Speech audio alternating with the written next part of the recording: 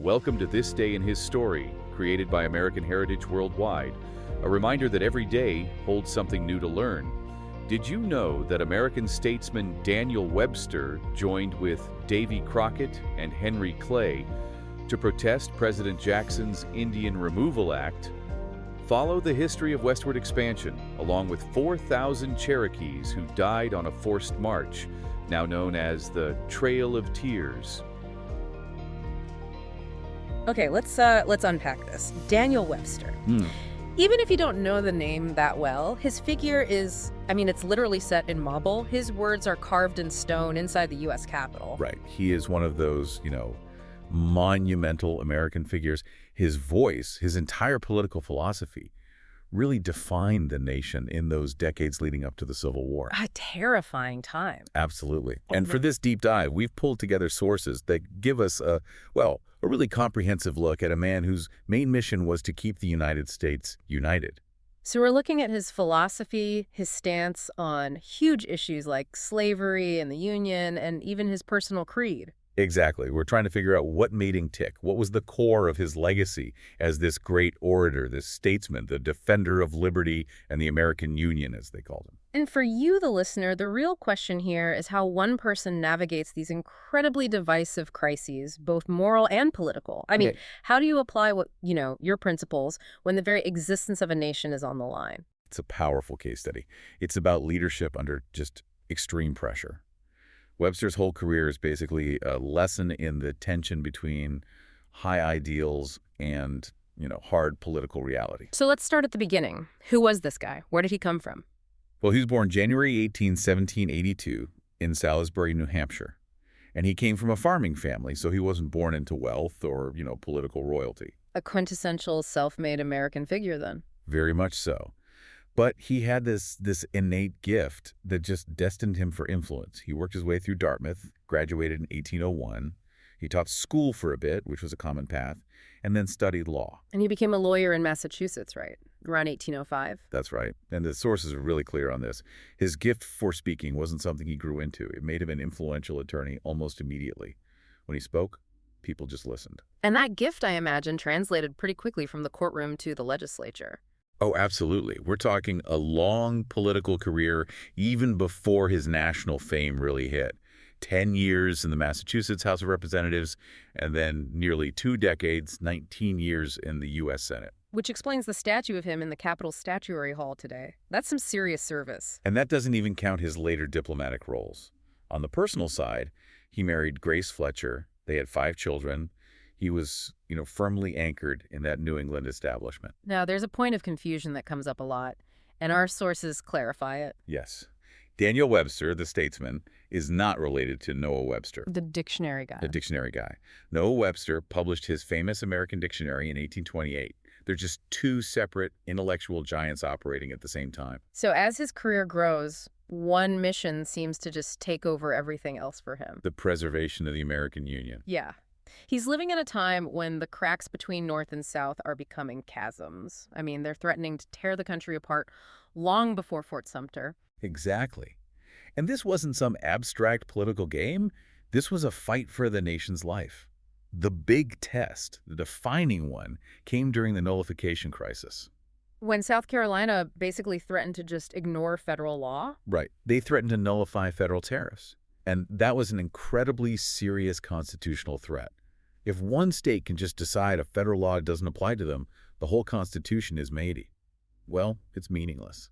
So what was his response? This is where we get that one line that everyone knows. It's the phrase that became his mantra. He declared, "Liberty and union, now and forever, one and inseparable." It's so powerful because he's saying you can't have one without the other. True liberty requires the union to exist. It absolutely crystallizes his priority. Yeah. And you see it pop up again and again in his other big declarations.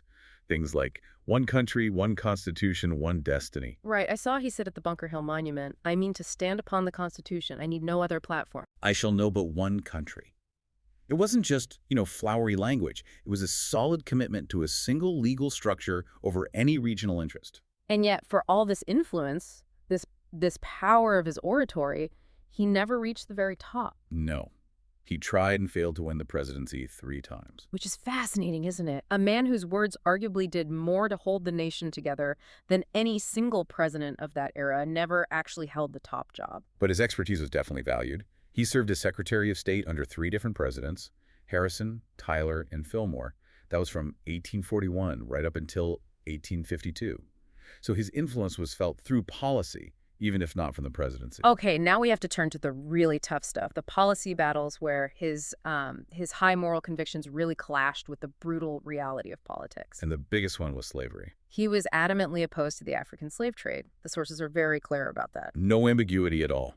He said, and this is a direct quote, "Traffic in slaves is irreconcilable with the principles of humanity and justice." And he was saying this early on. Very early. Back in 1820, he called the slave trader a pirate and a felon, and in the sight of heaven, an offender far beyond the ordinary depth of human guilt. He even pledged upon the Rock of Plymouth to extirpate and destroy it, and he consistently said he would oppose all slavery extension. That is a strong moral stance, and it wasn't just limited to that one issue, was it? No, he brought that same energy against one of the most controversial policies of the entire era, the Indian Removal Act. Signed by Andrew Jackson in 1830. Yes, and this is another moment where Webster stood firmly on principle. He, along with allies like Davy Crockett and Henry Clay, protested the act. They argued against the injustice of it, against the very idea of forcibly removing the Cherokee people. They tried to stop it. They tried. They used the legislature. They tried to sway public opinion, but they failed. And the result was just horrific. The act passed, and it authorized what we now call the Trail of Tears, the forced march of the Cherokees from 1838 to 1839. Where some 4,000 Cherokees died. It's a really profound moment in his career where you see that his powerful voice, his moral clarity, it just wasn't enough to stop an institutional tragedy. Which brings us to a clear diplomatic success, a place where his skill really shone through. You're talking about the Webster-Ashburton Treaty. Exactly. Yeah. He negotiated this in 1842 while he was Secretary of State with the British Foreign Minister Alexander Baring. And this was a genuine triumph. The border between the U.S. and what was then British North America, so Canada, it had been a huge source of tension for decades. A lot of near conflicts, right, especially around Maine and New Brunswick. For sure. The treaty definitively established that eastern border, and it also resolved disputes around the Great Lakes. It was a huge deal for stability. And the U.S. did pretty well out of it. Very well. We received control of over 7,000 square miles of disputed territory. This treaty is just a testament to his practical diplomatic skill. It's a sharp contrast to the painful politics of his domestic fights. It really shows his versatility.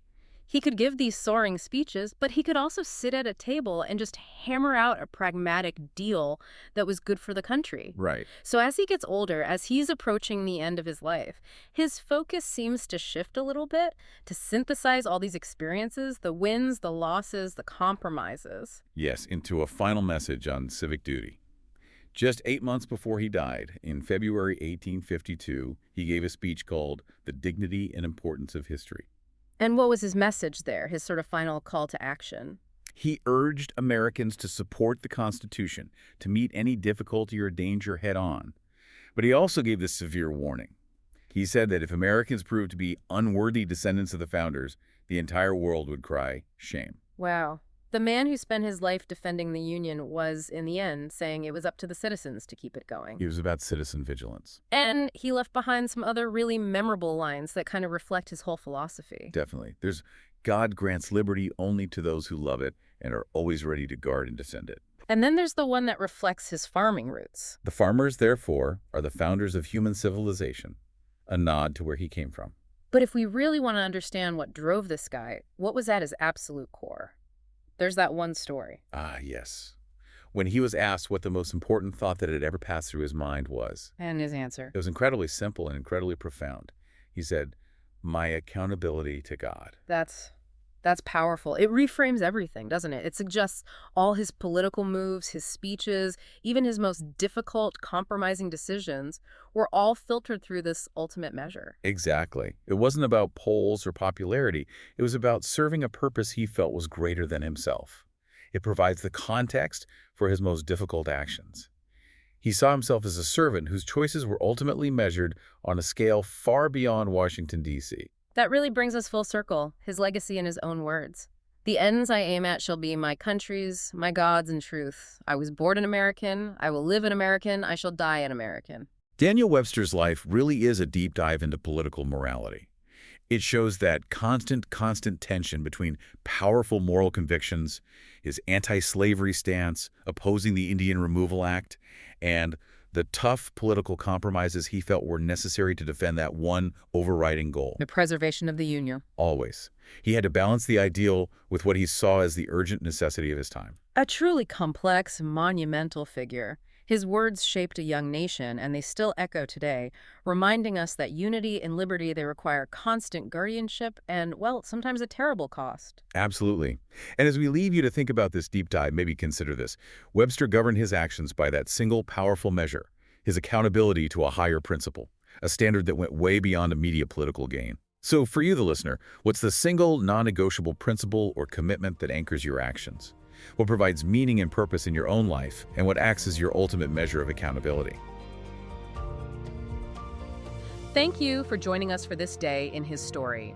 May the lessons of yesterday inspire you to see God's hand today and to play your part in his story now. For more faith-based learning, visit ahsworldwide.org, the homeschool for faith and family.